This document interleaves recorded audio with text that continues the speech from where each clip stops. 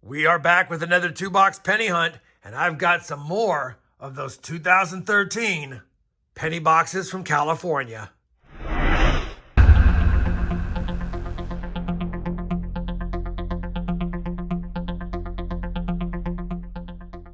Hey everyone, it's RobFindsTreasure and welcome back to my channel. If you've been following along on this Penny Hunt and Fill series, you'll know that we're on episode number 94 and I have boxes 173 and 174 in front of me, and so far we have slotted 200 out of the 234 cents.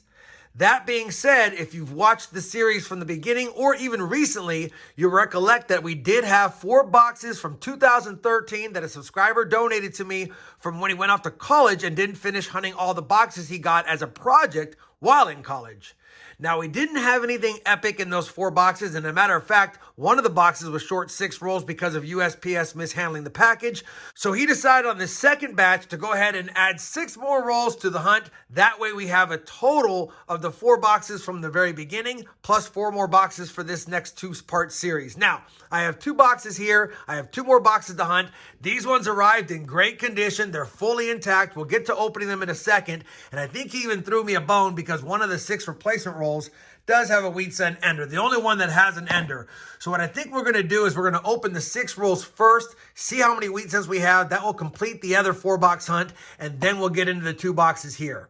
Now, like I said, the other 4 boxes, we didn't really have that many wheat cents. We had some, we had a lot of copper, but nothing fancy schmancy. So hopefully the law of averages pays dividends in this next 4-box hunt, 2 today and 2 in the next episode, and we find our fair share of oldies and goodies and maybe something for the book. Now, you guys will get a look at the book at the end when I compare the 2-box and 6-roll hunt finds to it to see if we have any upgrades or additions. But for now, I'm just going to slide it out of the way and we're going to begin the hunt. I'm going to hunt these 6 rolls first. I'll be back with my first find unless it's the wheat cent ender on roll number 4. And then after we finish that, we'll do a live box opening. Let's see if these rolls are better than last time. The first 3 extra rolls didn't have any finds. We did get some copper, but now we're on that ender. Let me go and open it up and reveal what it is.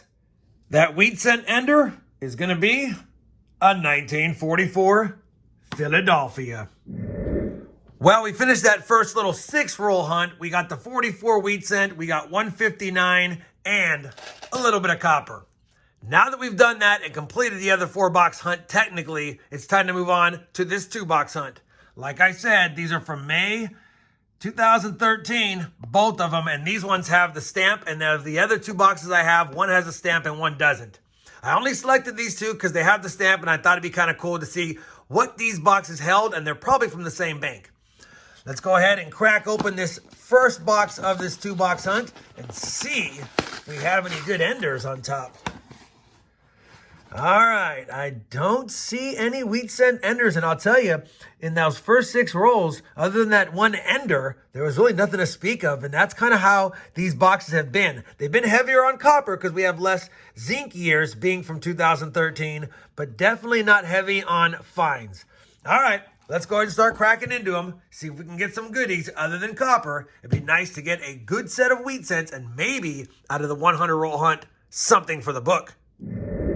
Roll number 6 of the box, second wheat cent of the hunt, is going to be a 1951 Denver. Roll number 13, wheat cent number 3, a 1956 Denver. Roll number 17 is going to give us our second Canadian. We had one from 1973 earlier, but I'm filming this one because it's a young head or a laureate portrait, and it's from 1964, the last year of that portrait.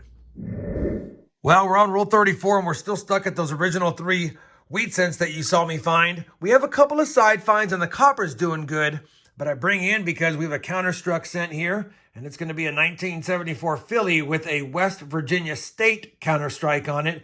I have a complete collection of all 50 states, but I do keep them when I find them, so I'll add it to the board as a side find and get back to the hunt. Roll 37 is going to give us a couple of wheat cents finally. Wheat cent number 4 is right here in front, and it's going to be a 1958 Denver. But I saw peeking out back here a 46 Philly, I believe. Yes, it is. 2 more wheat cents. That's now 5 for the hunt. Only 4 in the box, but 5 for the hunt. Roll 39, wheat cent number 6. A 1952 Denver. Roll 48 is going to give us a dandy of a wheat cent. It's going to be number 7 for the hunt.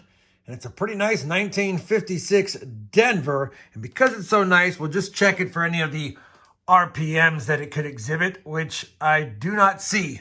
But I'll always take a wheat cent in that condition. Well, we finished that first 2013 California State Penny box, and it was just like the other boxes, pretty light yet again. 7 total wheat cents for the hunt. Nothing older than 1944, which seems to be kind of the common denominator for me lately. We did get that West Virginia counterstruck cent, a couple of Canadians. We got 559s, 469s, no bright and shinies. That first 69S does look decent, but it has some scratches you just can't see with the camera right now. But that being said, it's starting to feel like a copper sort because we had another 3 pounds, 3 ounces of copper, which is a solid copper box, just not very many wheat cents. Let me slide that box out of the way. We'll do a live opening on box 2 and keep our fingers crossed. We get more wheat cents than that. All right, box 2 of the hunt. Hopefully we got some goodies in this one. Otherwise, it's going to be a tough 2-box hunt yet again, if I can open the box. All right, definitely looks good on copper yet again, but I don't see any wheat cent enders. All right, let's see what we get in box number 2. 10 rolls into the second box, no wheat cents to report, but we have another foreign, and it's going to be Un Centésimo de Balboa, a Panamanian cent from 1996. We'll take it. Third foreign for the board. 15 rolls into box number 2 is going to give us our first wheat cent, and this will make number 8 of the hunt, and it's going to be another 1958 Denver. Roll 67 is going to give us wheat cent number 9. And this one is a 1944 Denver, so we'll just quickly peek for that D over S, which I do not see, and that ties the oldest wheat cent of the hunt so far. Roll number 73 of the hunt will give us our 10th wheat cent finally, so we made double digits, and this one is another 1958 Denver. Roll 75, wheat cent number 11 is facing us. It's another 1952 Denver. Roll number 76. Second box is starting to heat up. We do have a dozen wheat cents now. The 12th wheat cent is a 1952, but Philadelphia this time. I just grabbed roll 85 out of the box, flipped it around, and saw we had an older ender. And I see a 192 with an S. I can't see the last digit, but I think that's going to be a 1920-something with an S mid-mark. Let's see what it is. That ender with an S mid-mark is going to be a 1925S, and I don't recall if we need that. I don't think we do, but that's definitely a lower minted one, especially being a San Francisco 20s. So we'll take that either way, and if it's not one we need, maybe it'll be an upgrader. Nice to see a pre-40s and even a pre-30s wheat cent in the hunt, and ironically, it's our oldest wheat cent found, and it was an ender. Let's get back to the hunt. 13 on the board. We've got 15 plus this roll to go. Roll 96 has wheat cent number 14 in it, and it's going to be a 1941 Philly. So, of course, we'll check it for any of the 3 different DDOs you can find on 1941 Phillies, and I don't see it. Second oldest wheat cent of the box, save for the 1925S. Roll number 97. Wheat cent number 15 with some gunk on it is going to be a 1942 Philadelphia. Just splashed out roll number 99 of the hunt, and I saw a wheat cent peeking up. So this is going to be the 16th wheat cent. And that's going to be a 1953 San Francisco. Box number 2 has been hunted, and it was a better box. We have 16 wheat cents on the board, which means we had 9 in box 2. We averaged 8 for the 2-box hunt, and that's about the low end of what I like to see in a penny hunt. So nothing crazy, nothing fantastic, although I will say finding a 1925S in a hunt does feel good. We just didn't have enough other finds to make those boxes feel like as good as I hoped that they would have been. That being said, the copper was fantastic. Another 2 pounds, 13 ounces in the second box, 6 pounds on the nose for the 2 boxes and 6 rolls. So probably still would have had over 5 pounds in a 2-box hunt. We had 5 foreigns, 4 Canadians, 1's a young head, and of course the Panamanian scent. We had 7 1959s, and we actually ended with 9 1969S's, so 4 in box 1 and 5 in box 2. And then finally, we did have that counterstruck scent that you guys saw from earlier. Looking at the board, I don't think we're going to have any upgrades or additions. Maybe an addition or upgrade in this 25S. I have to double check the books, so I'm going to go ahead and do that now. And once I do that, I'll bring it back with some final thoughts on the hunt and a final look at the album. I've been comparing the finds to the album, and I'll tell you, I do believe that 1925S is going to be an upgrade. So let me plug that one in, and I'll come back in just a second.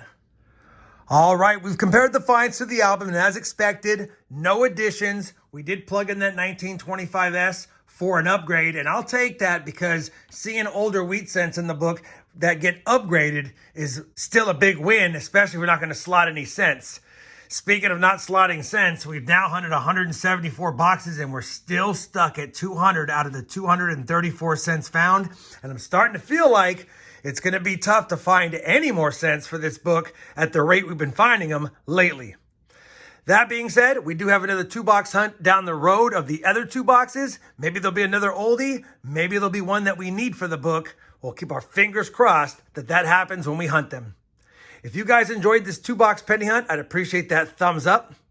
And as always, everyone, happy hunting and thanks for watching.